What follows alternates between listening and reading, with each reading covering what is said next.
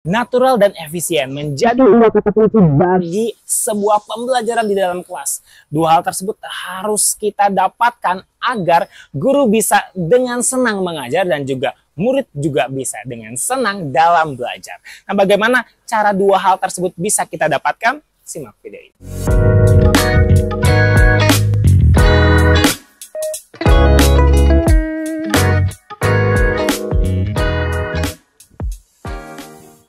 Bismillahirrahmanirrahim. Assalamualaikum warahmatullahi wabarakatuh.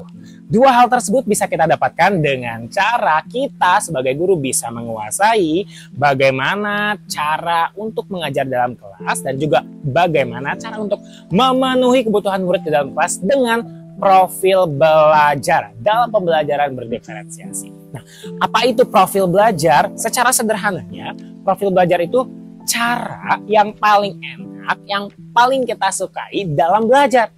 Misalnya ada yang suka belajarnya dalam kondisi gelap, ada yang suka belajarnya dalam kondisi terang, ada yang suka belajarnya sambil lari-lari, ada yang suka belajarnya sambil ngumpet-ngumpet, atau ada yang suka belajarnya harus ditemenin, dan juga ada yang memang bisa mandiri. Semuanya itu para murid pasti punya cara belajar masing-masing. Dan kita juga pasti punya ya sebagai guru cara mengajar terbaik kita. Namun kita harus garis bawahi di sini. Kita tidak boleh membawa cara belajar kita, cara mengajar kita dan memaksakannya kepada murid-murid kita di dalam kelas. Itu kita suka nggak sadar begitu ya. Kita suka akhirnya terbawa suasana, terbawa vibes untuk bisa membawa apa yang kita sukai, apa yang kita inginkan kepada murid-murid kita sehingga murid-murid kita tidak nyaman di dalam kelas, dalam sesi pembelajarannya. Banyak faktor belajar murid yang bisa mempengaruhi profil belajarnya. Misalnya yaitu ada faktor lingkungan. Kadang ada murid kita yang memang tidak terlalu suka bising, ya, suka gak enak kalau bising, atau tidak terlalu suka yang memang terlalu dingin. Kalau misalnya ada kelas dengan AC terlalu dingin 16 misalnya derajat Celcius, nah itu mereka juga ada yang tidak suka. Atau misalnya yang tidak suka kepanasan, mereka nggak suka belajar di outdoor, atau yang beberapa murid yang tidak suka dengan lingkungan yang kotor, itu kita juga harus benar-benar bisa menguasainya. Ada juga faktor lainnya, itu faktor dari budaya keluarga atau budaya diri mereka sendiri. Misalnya ada yang suka belajarnya tuh pendiam, ada yang suka belajarnya itu dia itu harus misalnya sambil tiduran karena terlalu santai di rumahnya, tidak sacet-sacet. Ada juga yang memang karena pengaruh budaya keluarga di keluarganya, budaya orang tuanya begitu ya, mungkin yang sacet-sacet. Ada juga memang ngerjainnya cepat, ngerjainnya butuh pengen lagi tantangan lagi, tergantung dari budaya diri dia di dalam keluarganya. Ada juga preferensi terkait dengan gaya belajar. Ini pasti semua guru sudah tahu ya, ada mungkin anak atau murid yang suka gaya belajarnya auditori, mendengarkan. Ada juga yang memang audio visual, pengen lihat video terus bu video, pak video, ataupun misalnya yang nggak bisa diam di tempat duduknya ya, terutama SD ataupun TK, kinestetik begitu ya. Ada juga yang memang dia visual, cukup dengan gambar, cukup dengan tampilan sesuatu, dia sudah suka dengan pembelajarannya. Terakhir ada preferensi kecerdasan multiple atau multiple intelligence. Berarti ada double nih kecerdasannya. Ada murid-murid yang misalnya punya dua kecerdasan dari verbal dan juga linguistik. Ada juga misalnya bodily dan juga kinestetik begitu ya. Atau misalnya musical. Ada juga interpersonal, intrapersonal, ada juga kecerdasan visual dan juga spasial, ataupun kecerdasan intrapersonal, interpersonal, ada juga logic, matematik, dan juga double atau multiple intelligence lainnya yang kita juga harus benar-benar tahu profil belajarnya agar nanti dalam pembelajaran kita bisa mengetahui strategi pembelajaran yang cocok untuk murid-murid kita. Nah, ada banyak cara untuk mengetahui setiap profil belajar murid-murid kita. Misalnya yang pertama yaitu langsung nih observasi ke dalam kelas setiap murid ini seperti apa gaya belajarnya, bagaimana gaya belajarnya. Atau yang kedua yaitu dengan mencari tahu pengetahuan apa yang sudah mereka kuasai terkait dengan materi yang akan kita sampaikan. Atau yang sering dilakukan itu menggunakan pre-test ya.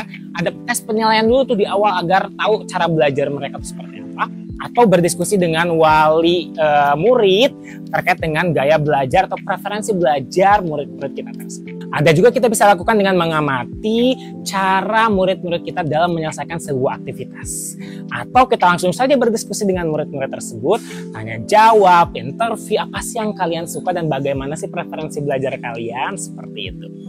Yang tidak mau berinteraksi dengan murid bisa misalnya membaca rapor murid di semester sebelumnya atau di sekolah sebelumnya.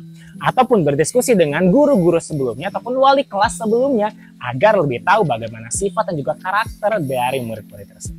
Lalu bisa membandingkan tujuan pembelajaran yang akan kita canangkan di dalam kelas dengan pengetahuan dan keterampilan murid kita di dalam kelas. Ada juga yang melakukan dengan penilaian diagnostik ataupun melakukan survei kebutuhan murid di dalam kelas.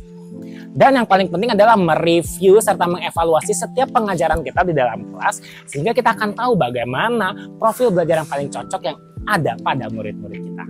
Nah, kita sekarang ke contoh nih bagaimana cara kita menerapkan profil belajar dalam pembelajaran berdiferensiasi yang sedang kita lakukan. Misalnya, kita kembali ke guru bahasa Inggris ya.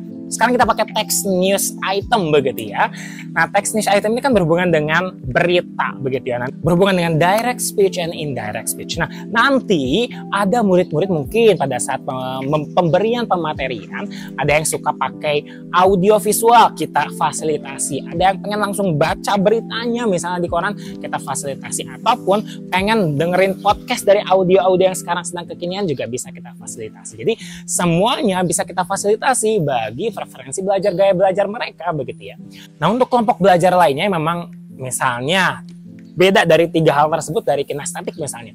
Kita bisa berikan nanti di tesnya yaitu ada role play yang mereka itu harus bergerak, mereka harus berakting begitu ya, menjadi misalnya news anchor seperti Najwa Shihab ataupun lainnya, dan juga misalnya membuat sebuah video yang nantinya mereka harus mengeluarkan setiap kemampuan mereka dan juga cara mereka belajar di dalam kelas sesuai dengan preferensi belajar mereka masing-masing.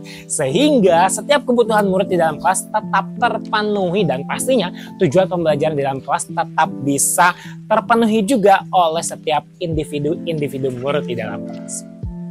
Sedikit gambaran terkait dengan profil belajar dalam pembelajaran berdiferensiasi mudah-mudahan menjadi inspirasi bagi guru-guru semua di Indonesia untuk bisa tetap maju dan juga tetap bisa mengimplementasikan setiap materi dan juga pembelajaran dalam kelas dengan menyenangkan dan juga baik sesuai dengan aturan-aturan yang ada. Terima kasih, semoga menginspirasi. Kita bertemu lagi di video selanjutnya. Assalamualaikum warahmatullahi wabarakatuh.